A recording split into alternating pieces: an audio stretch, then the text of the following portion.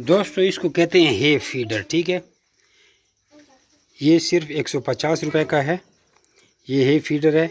और ये पिंजरे में कैसे लगाए जाते हैं आपको बता देता हूँ।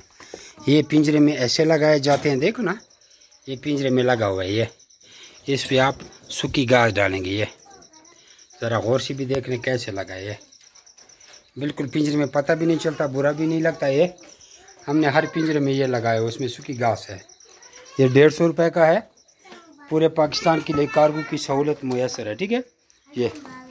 ये हर इसका जोड़ वेल्ड हुआ है, पक्का वेल्ड है, ठीक है।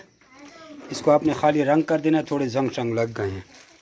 और ये लाइफ टाइम देखो इसमें घास डाली जाती है। दोबारा भी आपको बता दूं, हमने काफ़ी पिंजरों में लगाए होंगे, ठीक है जी। ये हर पिंजरे में लगा हुआ है। ये देखिए जी, ये तो घास गिरता भी नहीं है, गंद भी नहीं बचता।